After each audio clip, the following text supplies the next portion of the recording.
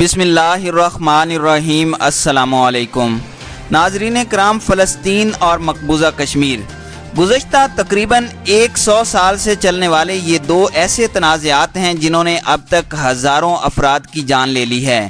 ان دونوں کی ذمہ داری دنیا کی اپنے وقت کی اکلوتی سپر پاور برطانیہ کے دو وزرائے خارجہ پر عائد ہوتی ہے، جن کی بدنیتی نے ان دو قدیم ترین مسائل کو جنم دیا۔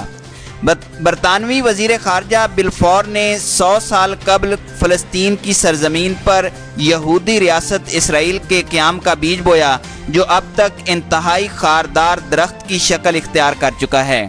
اور دوسری طرف برطانیہ کے خصوصی نمائندے ریڈ کلف نے تقسیم ہند کے موقع پر اکثریتی مسلم ریاست کشمیر کو پاکستان کی بجائے بھارت کے کھاتے میں ڈال کر ایک مستقل ناسور کی شکل پیدا کر دی۔ ناظرین کرام، اب تقریباً پون صدی گزرنے پر بھارت اور اسرائیل دونوں ایسا رستہ اختیار کر چکے ہیں کہ مقبوضہ کشمیر مستقل طور پر بھارت کا حصہ اور مقبوضہ فلسطین کو مستقل طور پر اسرائیل کا حصہ بنا لیا جائے۔ بھارت نے مقبوضہ کشمیر کی خصوصی حیثیت ختم کر کے اسے قانونی طور پر بھارت کا حصہ ڈکلیئر کر دیا ہے، جبکہ اسرائیلی وزیر اعظم نیتن یاہو نے غرب اردن کا تمام علاقہ بھی اسرائیل میں شامل کرنے کا اشارہ دے دیا ہے۔ نیتن یاہو نے اعلان کیا ہے کہ اگر 17 ستمبر کو ہونے والے اسرائیلی انتخابات میں وہ دوبارہ اس یہودی ریاست کے وزیر اعظم منتخب ہو جاتے ہیں تو وہ وادی اردن کو بھی مقبوضہ مغربی کنارے میں شامل کر لیں گے۔ تاہم فلسطین کی طرف سے فوری رد عمل کا مظاہرہ کرتے ہوئے خبردار کیا گیا ہے کہ نیتن یاہو امن امان کی ہر امید کو اپنے قدموں تلے روندنے کا عزم کیے ہوئے ہیں، اور انہوں نے دائیں بازو کے ووٹرز کو اپنے ساتھ ملانے کے لیے اس قسم کا احمقانہ منصوبہ بنا لیا ہے۔ ناظرین کرام، اسرائیلی وزیر اعظم نے یہ بھی کہا کہ منتخب ہونے کے بعد وہ مغربی کنارے پر اسرائیلی بستیوں کی تعمیر کو مزید وسعت دے دیں گے۔ تاہم اس کے ساتھ ہی انہوں نے کہا کہ ایسا کرنے کے لیے انہیں امریکی صدر ڈونلڈ ٹرمپ کی حمایت اور مدد کی بھی ضرورت ہوگی۔ واضح رہے کہ اسرائیلی وزیر اعظم کے اس اعلان کے بعد دو ریاستیں بنانے کی تھیوری میں اگر اب بھی کوئی امید ہو سکتی ہے تو نیتن یاہو کے اس اعلان نے وہ امید بھی ختم کر دی ہے۔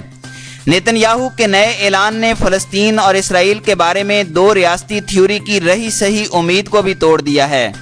نیتن یاہو نے اپنی انتخابی تقریر میں کہا ہے کہ وہ انتخابات جیتنے کے بعد وادی اردن اور مقبوضہ مغربی کنارے کے باقی کے علاقے بھی اسرائیل میں شامل کر لیں گے، جس کے بعد بقول نیتن یاہو فلسطین اسرائیل تنازع اپنے انجام کو پہنچ جائے گا۔ اسرائیل کو امریکی صدر ڈونلڈ ٹرمپ کی غیر مشروط حمایت حاصل ہے۔ ٹرمپ نے مقبوضہ جولان کی پہاڑیوں کو بھی اسرائیل میں شامل کرنے کے اعلان کو تسلیم کر لیا تھا، اور یہ دلیل پیش کی تھی کہ اسرائیل کی سلامتی کے لیے جولان کی پہاڑیوں کو اسرائیل میں شامل کرنا ضروری تھا۔ واضح رہے، جولان کی پہاڑیوں پر اسرائیل کا قبضہ 1967 کی عرب اسرائیل جنگ کے بعد ہو گیا تھا۔ مقبوضہ کشمیر اور فلسطین اسرائیل تنازع پر ایک اجمالی نظر ڈالی جائے تو ہم دیکھیں گے کہ دونوں دشمن طاقتیں اپنے ناجائز قبضے کے لیے تقریباً ایک جیسے اقدامات کر رہی ہیں۔ ناظرین کرام، جہاں تک کشمیر پر حالیہ کشیدگی کا تعلق ہے تو یہ بھی امریکہ، بھارت، اسرائیل تین ملکوں کی ٹرائیکا کی ملی بھگت ہے۔ اس کے پس منظر کے لیے اسرائیل اور فلسطین کے درمیان 70 سالہ تنازع کو ختم کروانے کے لیے 2 سال سے جاری ٹرمپ امن پلان یعنی صدی کی بڑی ڈیل پر نظر ڈالنا بھی ضروری ہے۔ ناظرین کرام، اس منصوبے کی مکمل تفصیلات تاحال سامنے نہیں آئیں۔ امریکی انتظامیہ کی جانب سے اعلان کیا گیا ہے کہ اسرائیل میں ہونے والے حالیہ انتخابات کے بعد اس منصوبے کا باقاعدہ اعلان کیا جائے گا۔ اس منصوبے کی ابتدائی معلومات جو عالمی میڈیا پر سامنے آئی ہیں، اس کے مطابق یہ منصوبہ 2 سے 3 مراحل میں مکمل کیا جائے گا۔ ایک مرحلہ فلسطین اور اس کے معاون ملکوں کی معاشی مدد کرنا ہے، جس کے لیے $50 ارب کی رقم مختص کی گئی ہے، جو امریکہ، یورپ، اسرائیل اور خلیجی ممالک سے لی جائے گی۔ اس میں سے $25 ارب فلسطین پر خرچ کیے جائیں گے۔ غزہ کو مغربی کنارے سے جوڑنے کے لیے طویل ترین پل بنایا جائے گا۔ باقی انفراسٹرکچر پر خرچ کیا جائے گا۔ باقی کے $25 ارب اردن، لبنان، مصر میں تقسیم کیے جائیں گے، کیونکہ ان ممالک کو مجبور کیا جا رہا ہے کہ وہ اپنے کچھ علاقوں میں فلسطینیوں کو رہنے کی اجازت دیں۔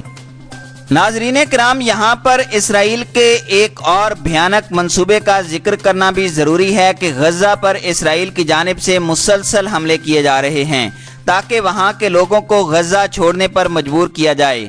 اسرائیلی انتظامیہ کے ایک سینئر افسر کے مطابق اسرائیل نے سال 2018 میں 60,000 سے زائد عباسیوں کو غزہ کی پٹی چھوڑنے پر مجبور کیا۔ اس کے لیے غزہ کے لوگوں کو اسرائیل کے ایئرپورٹس تک استعمال کرنے کی اجازت دی جا رہی ہے۔ غزہ میں 18 سے 19 لاکھ فلسطینی آباد ہیں۔ اگر یہ لوگ آہستہ آہستہ غزہ سے نکل گئے تو اسرائیل کے لیے قبضہ کرنا بہت آسان ہو جائے گا۔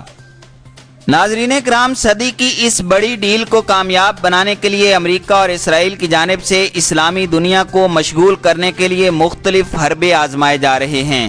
اس کے لیے سعودی عرب اور ایران کے درمیان کشیدگی، یمن میں عرب اتحاد کے درمیان اختلافات کو ہوا دے کر علیحدگی اور پھر یمن کی تقسیم، افغانستان میں طالبان کے خلاف جنگ کو طول دینا اور اس کے علاوہ پاکستان اور بھارت کے درمیان کشمیر کے مسئلے پر اس قدر کشیدگی کہ جنگ تک کروانے کی کوششیں کی جا رہی ہیں۔ ناظرین کرام، پاکستان کو اس قدر اندرونی مسائل میں الجھا دیا گیا ہے کہ وہ اپنے سوا کسی اور کی فکر نہ کرے، کیونکہ اسرائیل یہ بات اچھی طرح جانتا ہے کہ جب تک پاکستان موجود ہے پاکستان کے ایٹمی اثاثے موجود ہیں، اس لیے اسرائیل کے منصوبے کامیاب نہیں ہو سکتے اور نہ ہی یہودیوں کی پوری دنیا پر عالمی حکمرانی قائم ہو سکتی ہے۔ ناظرین کرام، اس کے لیے پوری منصوبہ بندی سے پاکستان کو گھیرا جا رہا ہے، لیکن ایمان اتحاد کے جذبے سے سرشار یہود و نصارہ اور ہنود کے ان منصوبوں کو شکست دی جا سکتی ہے، جیسے افغان طالبان نے امریکہ اور اس کے حواریوں کو دی ہے۔ لیکن اس کے لیے متحد ہونا ضروری ہے، کیونکہ اگر پورا کفر آپس میں متحد ہے تو پھر مسلمان جب تک متحد نہیں ہوں گے کامیابی ملنا ناممکن ہے۔